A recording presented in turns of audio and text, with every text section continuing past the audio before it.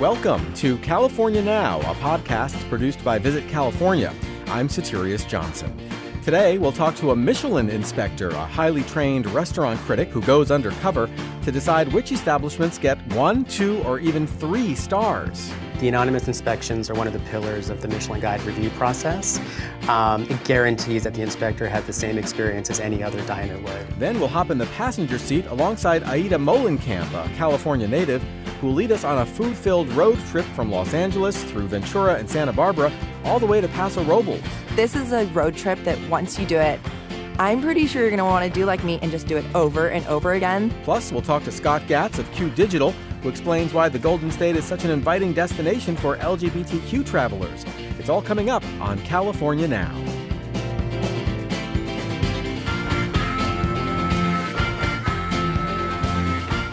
Welcome to California Now, a podcast produced by Visit California. Our never-ending mission is to introduce you to some of the amazing people and places that make the Golden State such a fascinating destination. This is the part of the podcast where I usually introduce our next guest, but I won't be doing that today, not really. That's because the man you're about to meet is a Michelin inspector, a highly qualified restaurant evaluator who needs to remain anonymous in order to do his job.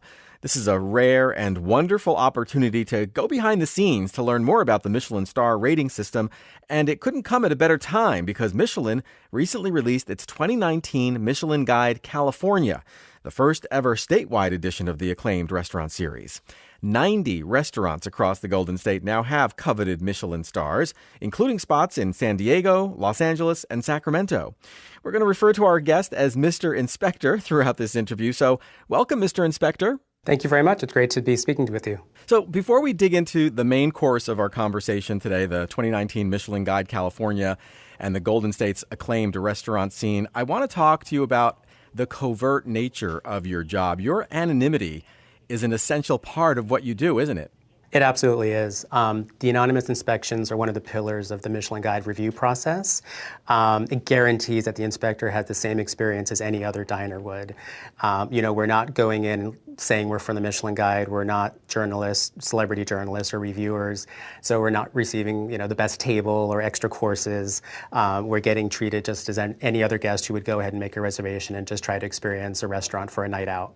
I really love that. I love that somebody is looking out for me, the consumer, because, when you go to eat out, it can be expensive. And, I want to make sure that I get the full value for my money. So, what is it like being a Michelin inspector? Is it fun? It absolutely is. It's the best job I've ever had, which is why I've been doing it for almost 13 years now. So no complaints. I do have to exercise a bit, but that's it. Yeah, put on a little weight if you eat too much. How did you go about getting a job like this? Like, how did you get this job without revealing, too much? What was your background, broadly speaking, before you became an inspector? Most inspectors are selected from careers in food, wine, or hospitality. So we have chefs, we have restaurant managers, we have sommeliers, we have restaurant managers, hotel managers. So basically, it's a wide, various assortment of jobs, kind of all under the umbrella of hospitality.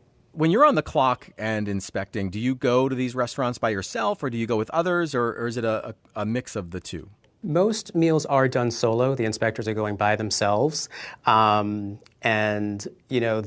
the majority of their job. It's quite a solo job, but you have to like your own company, I suppose. But there are meals that we will go to that it's just quite odd for a solo diner to go if it's someplace that's very celebratory in nature or a special occasion place, then we'll go ahead and pair up and have another inspector. So is there actually like a scorecard that you're filling out, or either mentally or physically? Are you like surreptitiously taking notes while you're, in the middle of your meal? How does it actually work?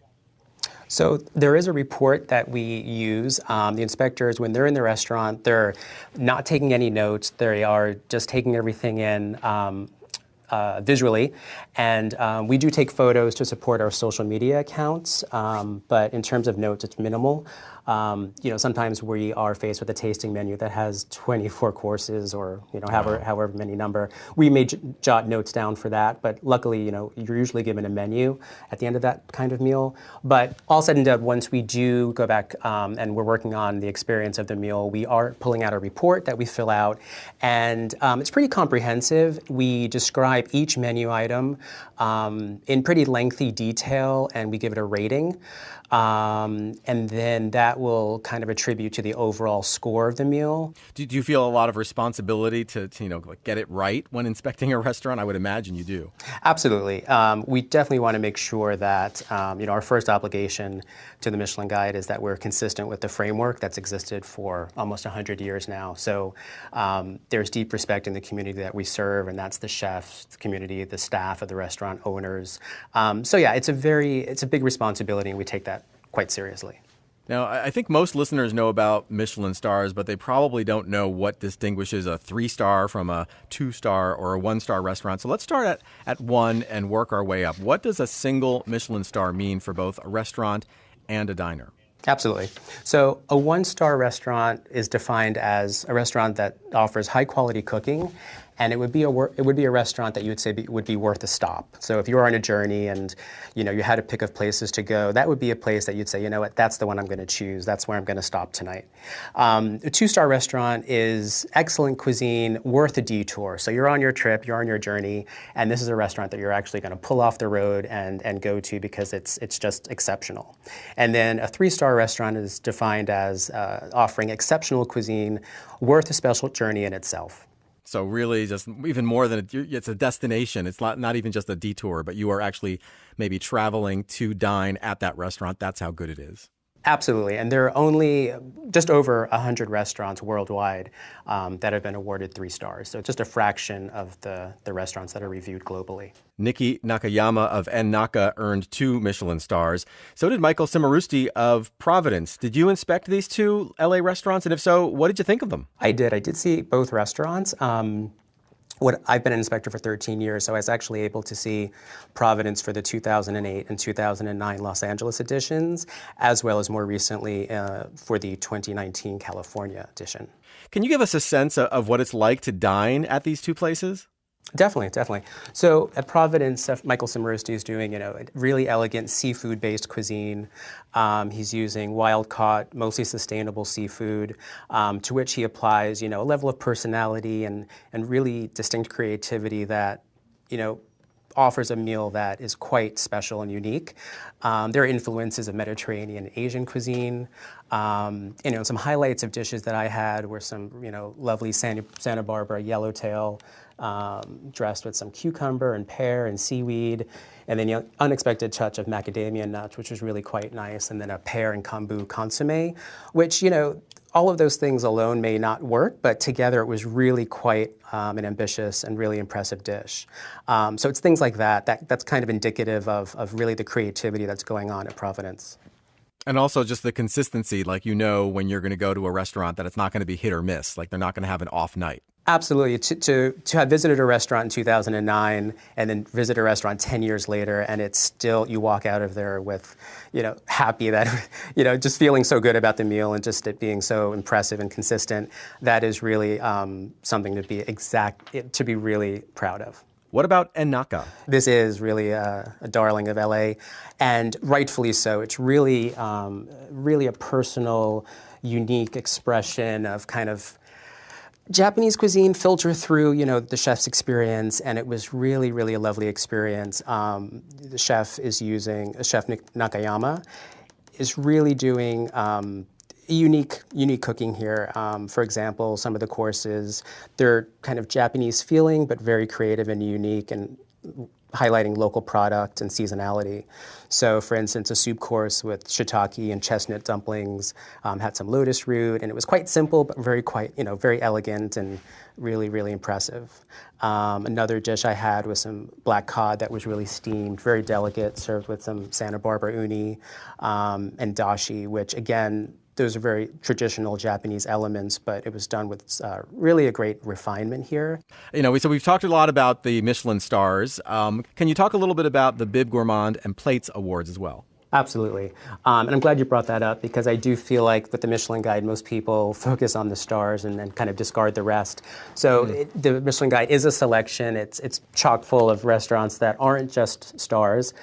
We have the plate distinction, which offers very fresh ingredients, capably prepared, a very basic good meal. And then up from that, we have the Bib Gourmand, which is good quality cooking at a good value. So this is the kind of place where, is on my own dime, would I want to go spend about $40 for a meal? These would be the places that I would look out for.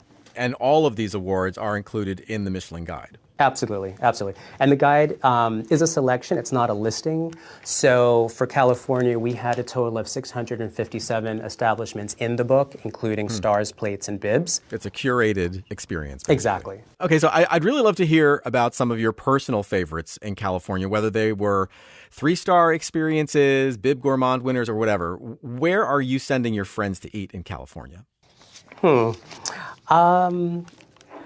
I don't have any favorites, but I can tell you that I've had some restaurants that were, really impressive experiences that I wouldn't mind talking about. How about that? Okay, it's like choosing your favorite child, right? It is. I don't have children, but I could see how that would work. Right. Okay, so let's hear about them. In LA, Cato was really a wonderful spot. The chef is 27 years old, Jonathan Yao, and he grew up in San Gabriel Valley. And he's just doing some really creative, I don't want to say budget, but I mean in terms of breaking the bank, it's going to be okay on your wallet. And it's a really fun, low-key experience that I walked away from. I was just really happy that I had went, and I would definitely love to go back to. What kind of cuisine is it? There are some Asian elements to it. Some items that I had were, diced amberjack with some tomato water and some vibrant herb oil and chili jam and watermelon radish. So, however that sums up. That sounds kind of obscure. I'm not even sure what half of that stuff is. I know, right? But global flavors overall, contemporary dining. So that was quite remarkable. Another restaurant that I really had a great experience at was up in Mendocino, Harbor House. The chef there is Matthew Kemmerer, and he's cooking at a little inn called the Harbor House in Elk, California. It's a little, really great property that's tucked in a little cove, basically overlooking the water. And he's doing things like using local woods to smoke and grill, and fermenting and aging meat in-house, making his own sea salt. It was really a fantastic meal, and that also to the setting, I drove up from San Francisco, and I was surrounded by apple orchards and redwoods, so getting there was half the fun too, but it was a remarkable meal. Sounds amazing. Well, this has been a lot of fun for me, Mr. Inspector. Thanks so much for all of the insider information, even if we don't know your real name. My pleasure. Mr. Inspector may not be his real name, but the insights he provided today on the California culinary scene are as authentic as can be. The 2019 Michelin Guide California is available at your favorite bookstores, both online and off, and it's a wise investment before any trip to California. As always, you can find links to all of the places we discussed today at our website, visitcalifornia.com/podcast. Coming up, we'll discuss the Castro, West Hollywood, Hillcrest, and other gay-friendly California destinations with Scott Gatz, CEO and founder of Q Digital. But first, we'll embark on a culinary road trip that takes us deep into the heart of the Central Coast. You're listening to the California Now podcast.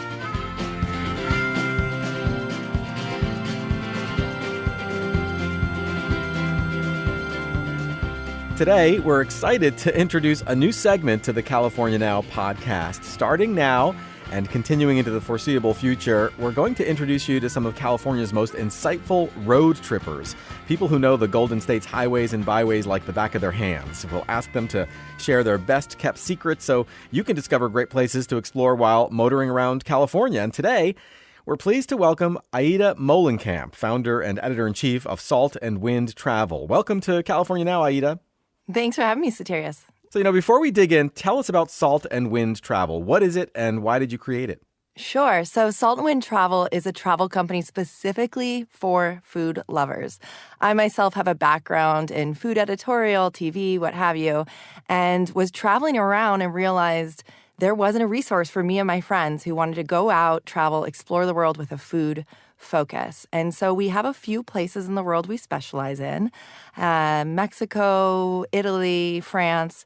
But being a native Californian, obviously California is central to all the work that we do. And, actually on your website, you make a point of saying that California is your first love. What do you mean by that? to put it in context, I'm first generation California. My parents came out here from the Midwest and just decided to never leave. And I was raised with a real California beach mentality down in Hermosa Beach, down near Los Angeles. And I grew up exploring the outdoors. So in my DNA is really this love for local and active and getting out and exploring. And I've always loved how this state, the Golden State, just has such diversity. And that diversity can be seen in the outdoors. It can be seen on road trips. And as a chef, it can also be seen in the food. And so it's given me this perspective that's just like full of melting pot diversity, whether it's climbing a mountain or going to the beach, or it's eating Persian food in downtown LA, or eating Korean food, as well. So it's that diversity that really draws me to it. And you're an especially devout believer in the virtues of exploring via road trip, right? Most definitely. So I grew up in this huge family. I have 5 siblings, and my parents turned to road trips because it was a good way to wrangle everybody. And so we've done RVs, we've done vans, we've done, Ford 150s or just teeny little rental cars. And so I've done kind of every kind of road trip up and down the state. And one of my favorite things to do when I have people visiting is to take them on one here in California, really just get a concept of how many layers there are. And actually, in Saltwind Travel, one of the things we do is itinerary planning. And one of our most requested planning is to help people do road trips throughout California. Well, that sounds like the perfect segue into today's road trip adventure. Where are we starting? Where are you taking us? Okay, we are starting in my hometown of Los Angeles and going straight up the coast. I'm talking Los Angeles up the California 101 highway and then doing a little detour to the 154. This takes you through Los Angeles, Ventura. You can sidestep to Ojai if you want. Then you can go through Santa Barbara, up through the pass known as Los Olivos area, and then over to Paso Robles. And by the way, I believe it's called Paso Robles. That's what my local friends have taught me. Some people call it Paso Robles. No matter what you call it, that's the town that we're talking about. Okay, and it sounds like a great place to visit. So that's a really great itinerary, and I bet it's going to be great for listeners too. So, a lot of people fly into LA, and this is really a great way to get them to explore more of the state. So where's our first stop? Yeah, it definitely is a nice way to explore the state. And this is about a 3-day, 2-night trip. And I have to say, a lot of people think that means weekend. And I can encourage people to the end of my days to do this kind of a trip during the week if you have the ability, because it really means you're going to get a little more attention from locals and from places that you visit. And there's just not going to be as much traffic. So if you do it during the week, I encourage you to stop in Ventura. So Ventura and Oxnard are twin cities that are known for all of our great California strawberries. So you can stop to the side if you see a U-Pick farm or something like that. And depending on the time of year to the end of the season, you'll see all kinds of different strawberries. If you get your hands on gaviotas or seascapes, buy a pallet and use them as your road trip snack because they're delicious. I didn't realize there were different kinds of strawberries. Oh, so many. Everything that we're talking about today, it's like, here's just the tipping point into this whole world of strawberries or all different kinds of flavors. And the other thing that there's a lot of different flavors of in Ventura are oysters. So if you are there on the weekend, then you absolutely must stop at the Jolly Oyster, which is a truck in the San Buenaventura State Beach Park. So I'm talking oceanfront with like the breeze going through your hair, and there's a little food truck, and they are serving up kumamotos and sea urchin, and they have a beet mignonette. I don't know who came up with that idea, but it is genius. And you can just go to one of the picnic tables and hang out with your family. And the thing is, this is one of the things I absolutely adore about California right now, is that the Jolly Oyster is farm as in ocean farm to table. And they're extremely committed to sustainability, which is a big theme that you'll see along this road trip in particular, is a love for local and a love for making things last. And so Jolly Oyster just totally embodies that. And just down the street, once you have your belly full, you have to go to the Patagonia headquarters. If, like me, you're into outdoor sports, skiing or hiking or surfing, you most likely have at least one product by them. And the thing is, their headquarters are right there in Ventura. My husband is actually a surfer, and we go there whenever we're in town, mostly because, yes, you can shop, but because they have amazing events. I'm talking independent filmmaker screenings or an impromptu yoga class. So if you really want to take a break and dive into the culture of Ventura, the Patagonia headquarters is a really good cheat sheet for that. That sounds really great. And, going back to the food trucks, that boggles the mind. When you think of food trucks, you don't think of oysters. You might think of like burgers or something. But to have a food truck that, focuses on sustainable and just fresh oysters, that's just pretty amazing. For sure. And I think the thing that's so great about the California coast is right now we have people up and down the coast really committed to that sustainable seafood culture. And so you'll see aquaculture, all kinds of different people, including at the Ventura's Farmers Market, which is Saturdays. If you're in town then, it's an incredible farmers market, has all the kinds of things we already talked about and more. At the Ventura Farmers Market, there is, well, at least last time I went there a couple weeks ago, they had a seafood share. So basically, if you've heard of a farm share where you can subscribe to farm produce, they do the same thing with seafood. So you're just seeing these people over and over really committed to that. And also they have all kinds of great different kinds of seafood that you might not be totally comfortable with. Like sea urchin is still not, mainstream for a lot of people, but that part of the coast has some of the best sea urchin in the world, hands down. That's really great. I had no idea there was so much to do in Ventura. Where are we heading next? So from Ventura, we're going to head up towards Santa Barbara. And the thing is, this little coast area, just only a few mile drive between the two cities, is one of my favorites. If you got a convertible, which I know a lot of visitors like to do, throw that top down. And you're going to see some of the most famous surf points in this part of the coast. And so you're going to see surfers and great waves. And when you get to Santa Barbara, one of the places that I think is really worth stopping in is right next to the freeway in downtown. So there's this area called the Funk Zone because it's got its own little beat and vibe. And one of the things I really liked seeing out of the Funk Zone in the last few years is that it's become this mini tasting room area. So Santa Barbara and Central Coast has some of the most amazing wines in the world. All you have to do is watch the movie Sideways to know what I'm talking about. And in the Funk Zone, you have some of those amazing wineries having their tasting rooms. And the place you're going to want to go first is called the Valley Project. This is by some local winemakers, and they have this map in chalk on the wall of the tasting room that explains to you the geography. So how the winds blow, what different valleys that there are that you need to pay attention to understand why this part of the world makes such phenomenal Pinot Noir and all these wines that they're known for. And so for a local wine 101, you're going to want to go to the Valley Project. And this is a place where you can taste the wines from different wineries, kind of like one-stop shopping. This is a place that has a few different wineries who've come together and they have their own wines to taste, but they're from all over the region. So you really get an idea of what a wine that's more coastal versus a wine that's more inland tastes like. And so you'll understand that juxtaposition. If you want a bigger variety of wines to try, then you're going to want to head over to Les Marchands. And that's just maybe a block and a half down the road from the Valley Project. This is owned by Acme Hospitality, who owns some of my favorite things in Santa Barbara. They have great restaurants, but of them all, I really love Les Marchands because they do have so many different wineries that are represented, including some European wineries.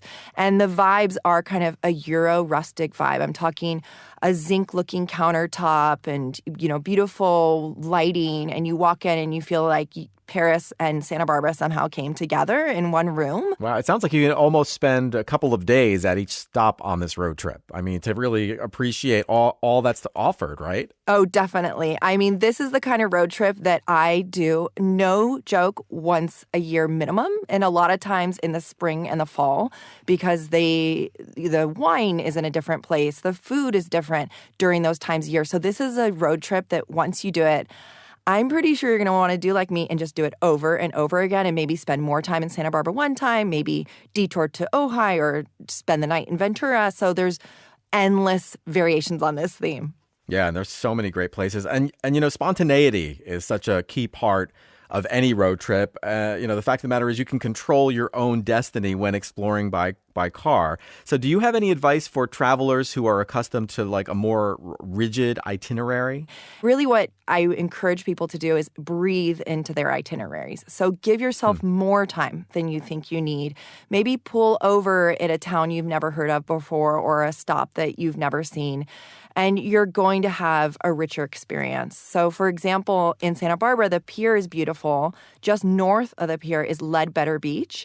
And a lot of people just blow past it because of the way that the main streets go through Santa Barbara. But this is a beach that locals hang out at, and they surf it. They do stand-up paddle boarding. You can even do some little Hobie cat sailing right out of there.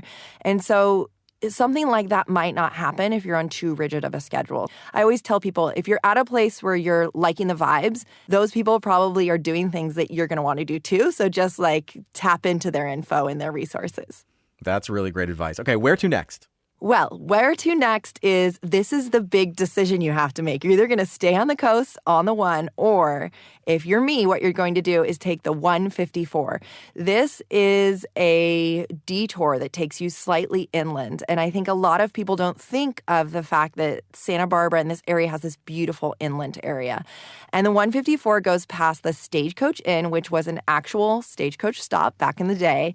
And I have a personal connection because my aunt used to own this place in the 70s, and it had these ZZ Top type characters, still does to this day, these biker guys who come in on their Harleys and do their rides. It's a famous stop. And if you're there a couple times a week and on the weekends, they have live music and what is, in my opinion, the best tri-tip that you're going to find in this area. Can you explain tri-tip to the uninitiated?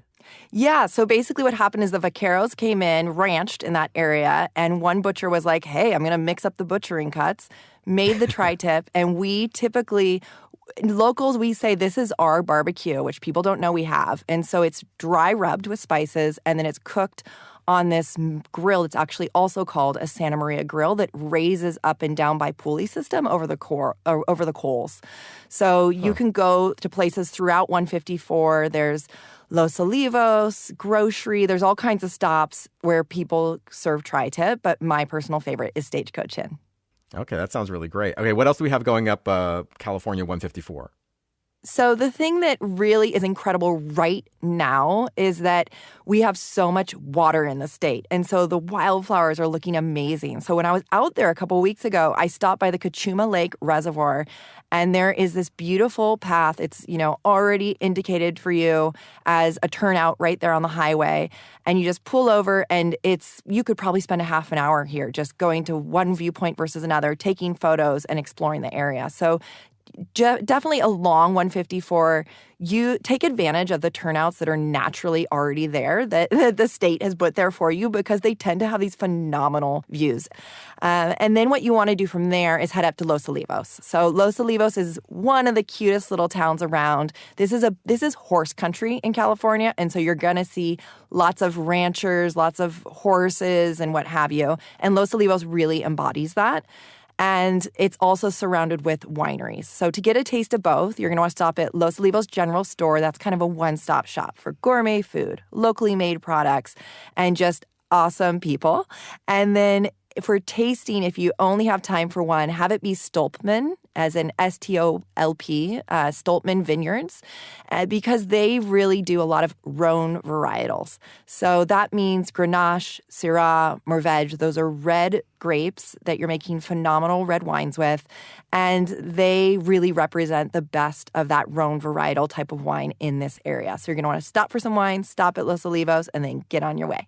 I have to admit that this whole part of California is a bit of a blind spot for me, but it sounds so great. I mean, I really need to put this on my to-do list, I feel. Now, our road trip adventure is going to be ending in Paso Robles, right? So what do we need to know about this last leg of the trip? what you need to know is when you take off from the 154 to Paso Robles, if you like carbs as much as I do, you have to stop in the town of Los Alamos because Bob's Well-Bread is there. And this is a guy who just decided to leave LA behind and put his passion into bread and now has one of the best bakeries in this part of the state. And once you're all fueled up, you're going to drive over to Paso Robles. And Paso Robles has what a lot of this part of California has, of these beautiful plazas, these beautiful town squares. And right off their gorgeous town square is the Hotel Cheval. This is one of those boutique hotels that once you stay there, you're just going to want to go back and back again. They have these, what I call marshmallow bedding, where you kind of fall into the bedding. And they have this great wine bar downstairs. You can try a ton of local wines. But one of my favorite things is that they have a s'mores concierge. So you can sit by their open fire and get s'mores. That sounds amazing. Wow. So you can get kind of like, fancy chocolate and graham crackers, and they just bring it right to the fire for you. That's exactly right. In fact, the wine bar will then also pair that with a port or a dessert wine if you want. So you can really feel just like super luxurious. And if you're looking for something that's a fuller meal than just some s'mores, Thomas Hill Organics is just, I cannot say enough good things about it. I've had brunch, lunch, dinner there. I've taken food away for picnics at wineries, and it's always been fresh, local, and just really creative. So those are my two favorite stops in Paso. Well, this is all fantastic stuff. I'm ready to gas up and go right now. Thanks so much, Aida. Thanks this is one of my favorite stops. I'm going to have to give you even more tips next time so that you can do it and enjoy yourself. Absolutely. Aida Mollenkamp is a veteran food and travel expert and is a great follow on both Twitter and Instagram. Be sure to check out her website, saltandwind.com. And for links to all the places we discussed today, go to visitcalifornia.com/podcast.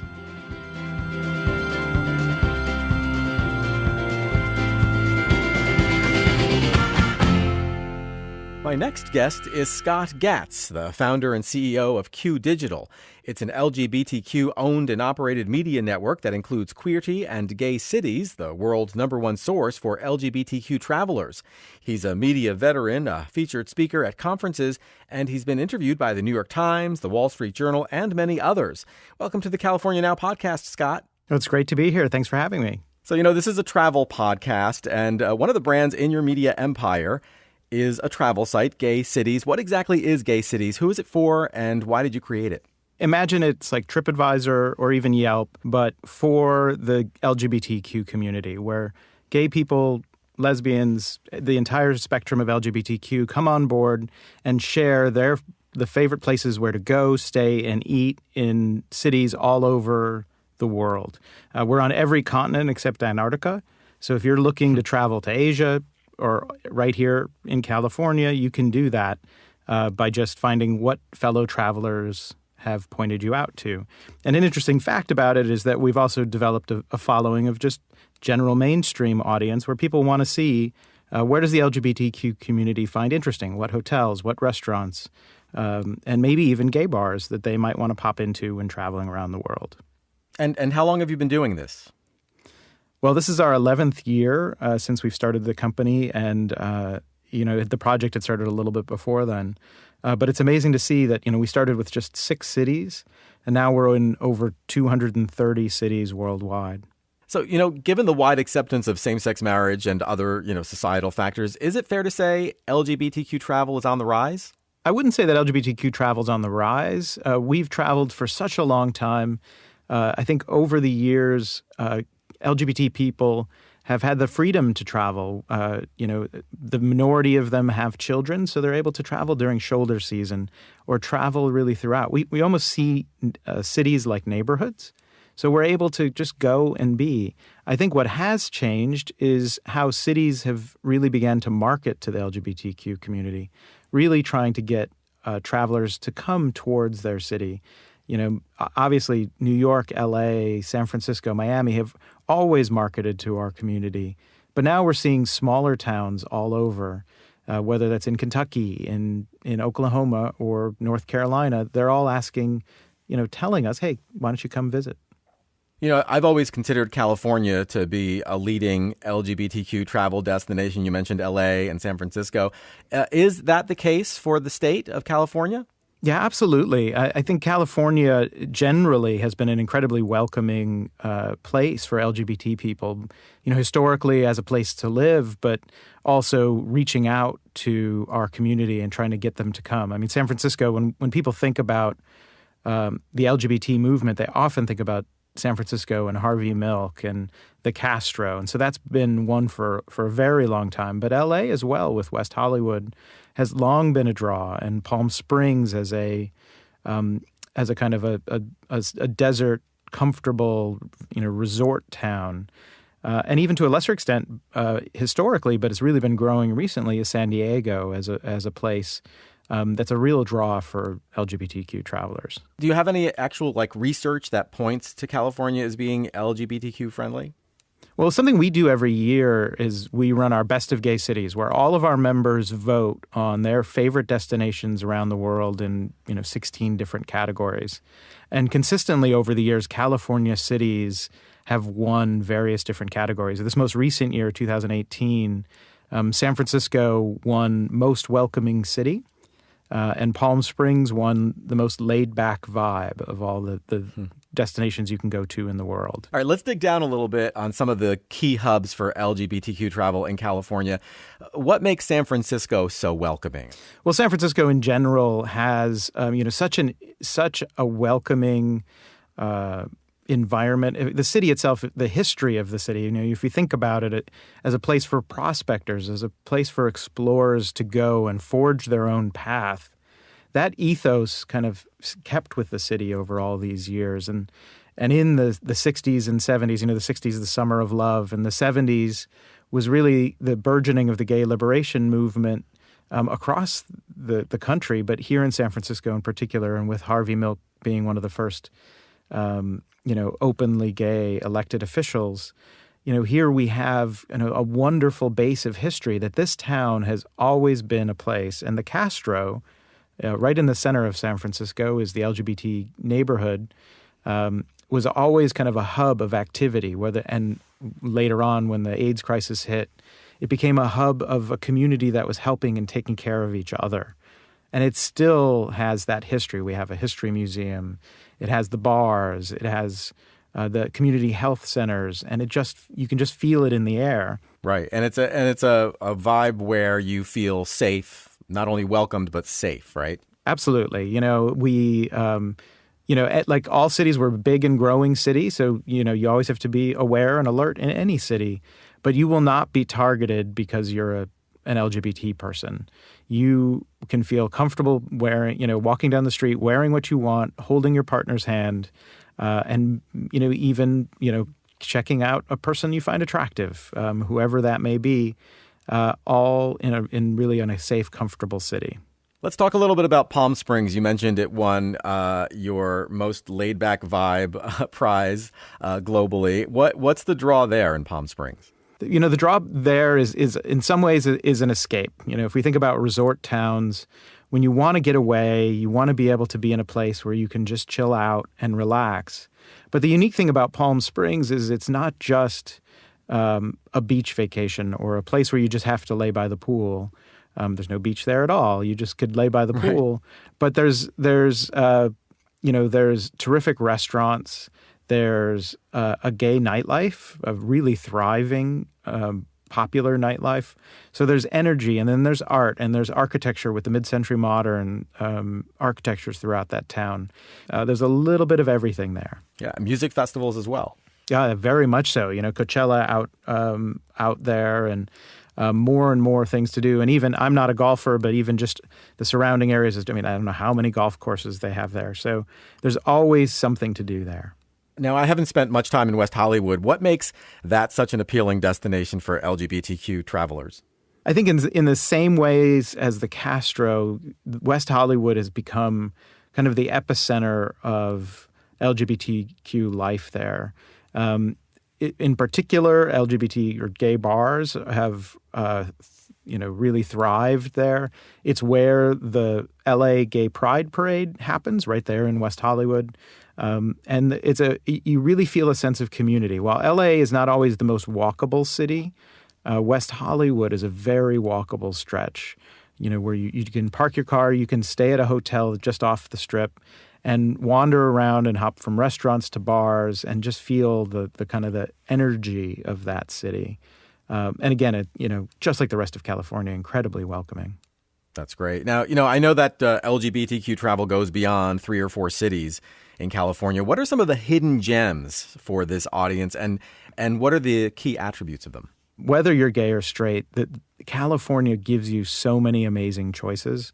And we have such great weather and kind of such great draws. Obviously, Napa and Sonoma are really gems for everyone. But Napa and Sonoma have really done a good job of also making it very welcoming for the LGBTQ community. Unlike the cities, there's really no gay bars. There's not that kind of nightlife. But you'll find all the things that anyone finds amazing. Some great vineyards, some of the best food in the entire world. And those are all things that are a great draw for our community. And then we do have special events. Like we have something called Gay Wine Weekend in July where hundreds of people come together and go to wineries that are either owned and operated by LGBTQ people or work there or run the place. And it's a great way to kind of connect with the LGBTQ side of Sonoma.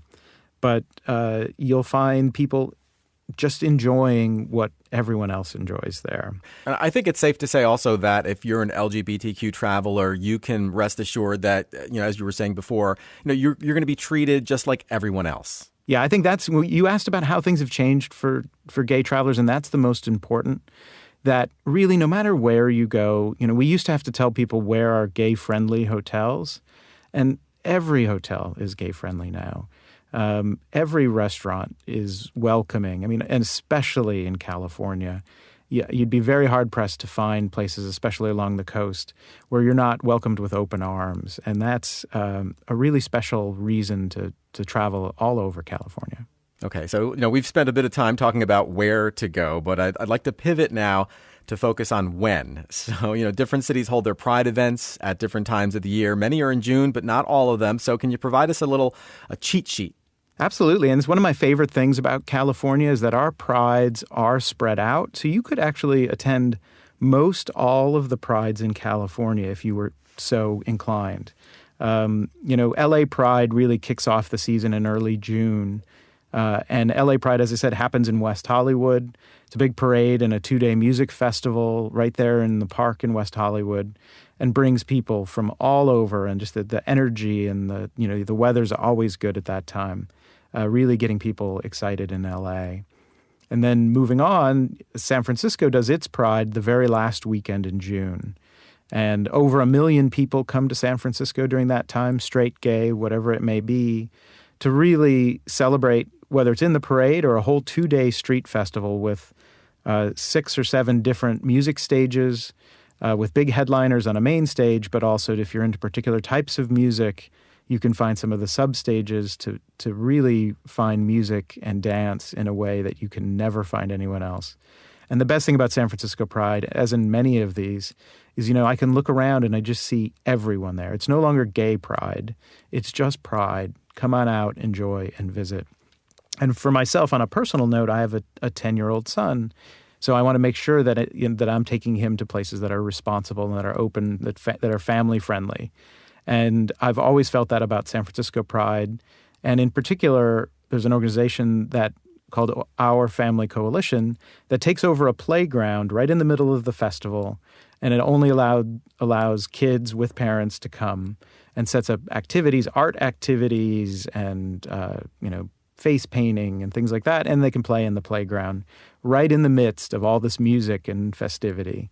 And I think that's one of the key hallmarks that all types of people can come and enjoy this parade. Right. That's really great. It sounds like you can almost spend a better part of the year celebrating Pride in California.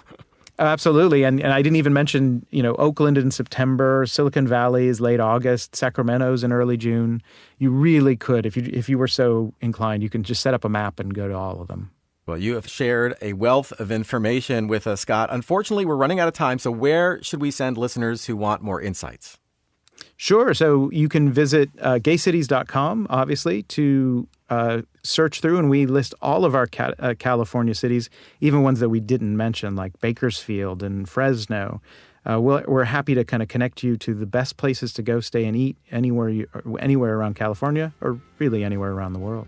That's perfect. Thanks so much for joining us, Scott. Well, thank you for having me. I appreciate it. Scott Gatz is the founder and CEO of Q Digital. He just told you where to go for more information on LGBTQ travel. For links to every single place we discussed today, be sure to visit our website, visitcalifornia.com/podcast. This is California Now.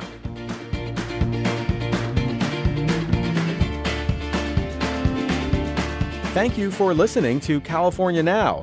This podcast is produced by Visit California. I'm your host, Soterios Johnson.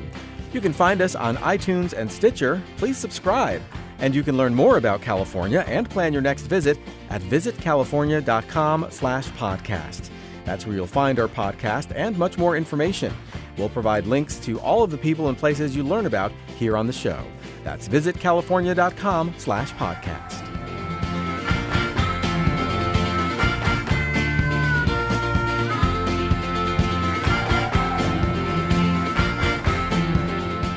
We hope you like the new road trip segment we debuted on this episode. Aida Mollenkamp talked about 2 delicious types of strawberries she found in Ventura, multiple Pinot Noir options in Santa Barbara, and mouth-watering tri-tip barbecue in the Santa Maria Valley.